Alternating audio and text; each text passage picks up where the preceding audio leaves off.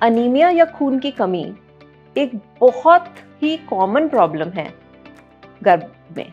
तो इसके लिए आज हम इसके बारे में बात करेंगे। मैं डॉक्टर दीपा देवान हूँ और मैं Cloud9 गोल्फ कोर्स रोड में सीनियर डायरेक्टर हूँ। तो आज मैं आपको बताऊंगी अनीमिया के बारे में। अनीमिया या खून की कमी बहुत सारे प्रेग्नेंट लेडीज़ को होती है। और ये है क्या? ये है कि अगर आपका हीमोग्लोबिन की मात्रा 11 से कम रहेगी तो आप अनीमिक हैं, आपको खून की कमी है। और इसके बहुत सारे असर आपकी बॉडी पे होते हैं। तो कारण क्या है इस खून की कमी का? क्या इसका बहुत बड़ा कोई कारण है या कोई छोटा सा कारण है? तो एक कारण तो ये है कि आप प्रेग्नेंट हैं। अगर आप प्रेग्नेंट हैं तो आपके ब्लड में जो ब्लड की मात्रा है, जो प्लाज्मा का वॉल्यूम है, वो 40% बढ़ जाता है। वो एक नेचुरल चीज़ है। वो इसलिए होता है क्योंकि आप प्रेग्नेंट हैं और आपके हार्मोन्स ऐसे हैं, तो वो मात्रा इसलिए बढ़ती है कि बच्चे को खून पहुंच पाए। पर जो आरबीसीज हैं, जो उसके अंदर ब्लड के सेल हैं, उनकी मात्रा सिर्फ 15% ही बढ़ती है। तो जब वो 40% बढ़ा वॉल्यूम और ये 15% बढ़ा, तो ऑब्वियसली कमी तो हो ही गई। तो इसको हम कहते हैं फिजियोलॉजिकल अनीमिया, मतलब कि ऐसा अनीमिया जो कि होगा ही प्रेगनेंसी में। बट ऐसा अनीमिया होने के बावजूद आपका जो ब्लड का लेवल है वो 11 से ऊपर ही रहना चाहिए। तो अगर आपका खून का मात्रा इससे कम है तो हमें इसको ठीक रखना है। और हम इसको ठीक कैसे रखें? अब हमारा शरीर तो खून बनाता ही रहता है पूरा टाइम, पर उसको खून बनाने के लिए कुछ चीज़ें चाहिए होती हैं। उसको आयरन चाहिए, उसको फॉलिक एसिड चाहिए, उसको B12 चाहिए। जब तक उसको ये चीज़ें नहीं मिलेंगी वो खून नहीं बना पाएगा। और खून बनाने की क्षमता भी ठीक होनी चाहिए। तो आपकी बॉडी में थैलेसीमिया भी नहीं होना चाहिए। अगर आपको थैलेसीमिया माइनर है तो आपका खून तो कम रहेगा ही, पर अगर आप ये सब पदार्थ खाने में नहीं लेंगी तो और ज़्यादा कम हो जाएगा। तो ये तो बड़ी इंपॉर्टेंट चीज़ हो गई। तो इसलिए हमें ये समझना ज़रूरी है कि हम ये खून की कमी को ना हो, हमें ये कैसे कर सकते हैं। कैसे कर सकते हैं? पहली चीज़, जब आप प्रेग्नेंट होती हैं, पहली चीज़ ये है कि आप कोशिश करें कि आपका हीमोग्लोबिन अच्छा रहे पहले से। तो जब आप प्लान कर रही हैं तो आप अपना खाने में आयरन की मात्रा अच्छी रखें। आयरन अच्छा रहेगा तो आपका हीमोग्लोबिन भी ठीक रहेगा। अगर आप थैलेसीमिया का चेक पहले करा सके, आपके आसपास कोई ऐसी सुविधा है जहां आप करा सकती हैं, तो आप अपना हीमोग्लोबिन चेक कराइए।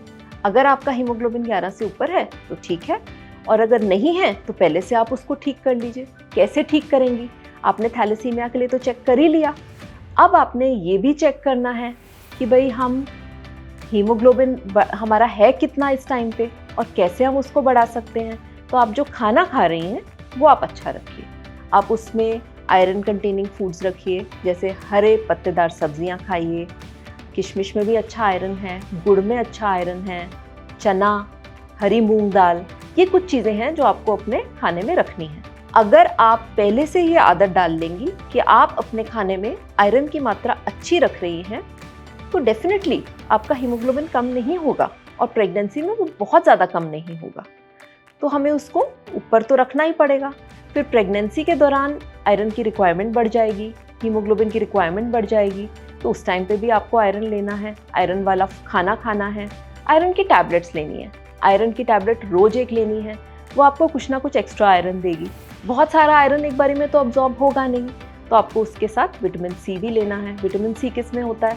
विटामिन सी लेने के लिए आपको एक ऑरेंज या एक संतरा या नींबू पानी ये साथ में ले सकती हैं। उससे आपका हीमोग्लोबिन बेटर रहेगा क्योंकि अब्जॉर्ब अच्छे से होगा, आयरन आपके शरीर में पहुंचेगा।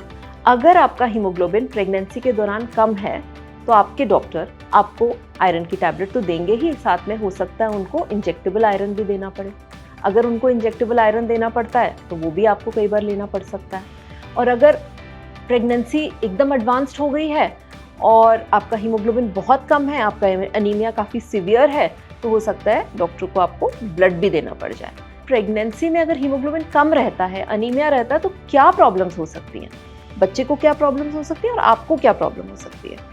तो बच्चे को तो ये दिक्कत हो सकती है कि बच्चे की ग्रोथ अच्छी ना हो क्योंकि उसको न्यूट्रिशन, उसको पोषण अच्छा नहीं मिल रहा अंदर, उसको ऑक्सीजन नहीं पहुंच रहा पूरा, उसको खाने की चीज़ें अच्छी नहीं पहुंच रही, तो बच्चे को तो ये दिक्कत हो जाएगी। तीसरा, आपको खुद को प्रेगनेंसी के दौरान एक तो आपको टायर्डनेस ज़्यादा लगेगी, आप थक जाएंगी जल्दी, थोड़ा सा भी काम करेंगी और आप थक जाएंगी, आपका सांस भी फूल सकता है। और अगर जब आप डिलीवरी करती हैं तब भी दिक्कत आ सकती है, क्योंकि खून आपका ज़्यादा जा सकता है, जिसको हम कहते हैं पोस्टपार्टम हीमरेज। तो अच्छा तो ये रहेगा कि हम पहले से ही हीमोग्लोबिन को ठीक कर लें, अनीमिया को डेवलप ही ना होने दें। तो हमारा ये हेल्थ एक इशू है जो हमें डील कर लेना चाहिए, क्योंकि ये बहुत ही कॉमन है। तो इसको हम इस तरह से ट्रीट कर सकते हैं। आप थोड़ा सा अपना ध्यान रख के, जो आपने प्रेग्नेंट होने से पहले कर लेना है और प्रेगनेंसी के होते हुए भी करना है, ये 2 चीज़ें। तो आपने क्या करना है, प्रेग्नेंट होने से पहले अपनी आयरन रिच फूड लेना है, उसमें खाने में आयरन की अच्छी क्वांटिटी हो वैसा खाना लेना है, और प्रेगनेंसी के दौरान भी आपने ऐसा खाना लेना है, और जो आपके डॉक्टर ने आपको सप्लीमेंट्स दिए हैं आयरन के, वो आपने ज़रूर से लेने हैं। इस तरह से आप अपना ध्यान रख सकती हैं और अपने होने वाले बच्चे का ध्यान रख सकती हैं। तो मैं आज यही आपको बताना चाहूँगी कि आयरन रिच फूड और आयरन सप्लीमेंट से काफ़ी हद तक अनीमिया को हम ट्रीट कर सकते हैं, जो कि विश्व में एक बहुत कॉमन प्रॉब्लम है प्रेग्नेंट लेडीज़ की। तो आयरन रिच फूड लीजिए और इस आदत को पहले से ही बना लीजिए कि हम अपना प्रेगनेंसी में हमें खून की कमी ना हो।